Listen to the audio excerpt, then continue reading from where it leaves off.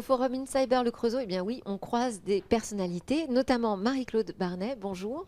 Bonjour. Vous êtes la présidente de la communauté du Grand Autunois, Morvan, maire de la Grande Verrière, également conseillère départementale de Saône-et-Loire. Dans quelle mesure la cybersécurité est un défi pour une collectivité comme la vôtre?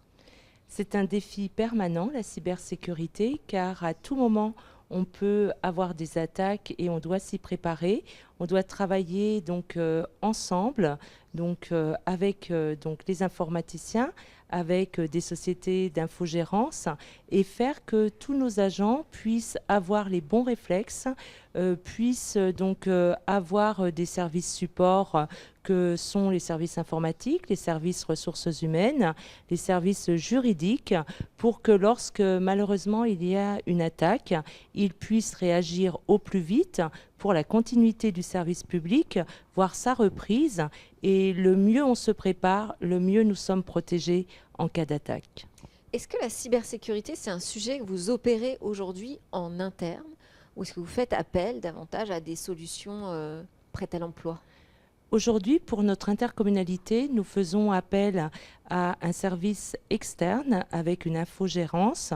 Nous avons aussi donc un cloud sur différents sites, comme notre intercommunalité représente un grand territoire dans le nord-ouest du département de Saône-et-Loire, et nous avons aussi une sauvegarde déportée sur différents sites et en France.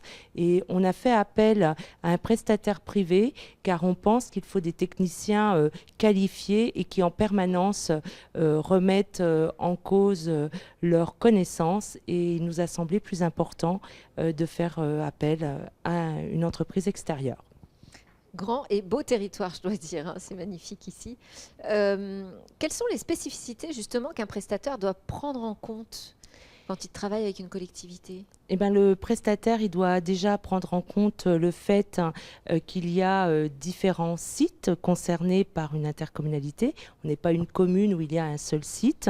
Donc nous avons de l'informatique et des agents dans des lieux complètement différents et éloignés les uns des autres. Il doit prendre en compte aussi le fait que nous avons des usagers. Ces usagers ont aussi des données et il faut que nous puissions travailler en interne avec une sécurité, avec les messages que l'on s'envoie entre services, mais aussi avec les élus et aussi avec l'ensemble de nos administrés, de nos usagers qui utilisent nos services publics et qui ont aussi des données via leur ordinateur. Et donc, il doit y avoir un maillage complet de cette problématique informatique. Et aujourd'hui, en plus, avec l'intelligence artificielle, il faut se dire que nous devons à tout instant avoir le réflexe de vérifier l'adresse, de se dire que l'adresse ressemble énormément à celle qu'on a l'habitude d'avoir, mais il peut y avoir un .gouv ou un .fr qui n'est pas forcément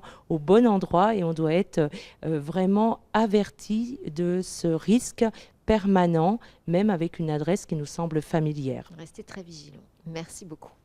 Merci à vous.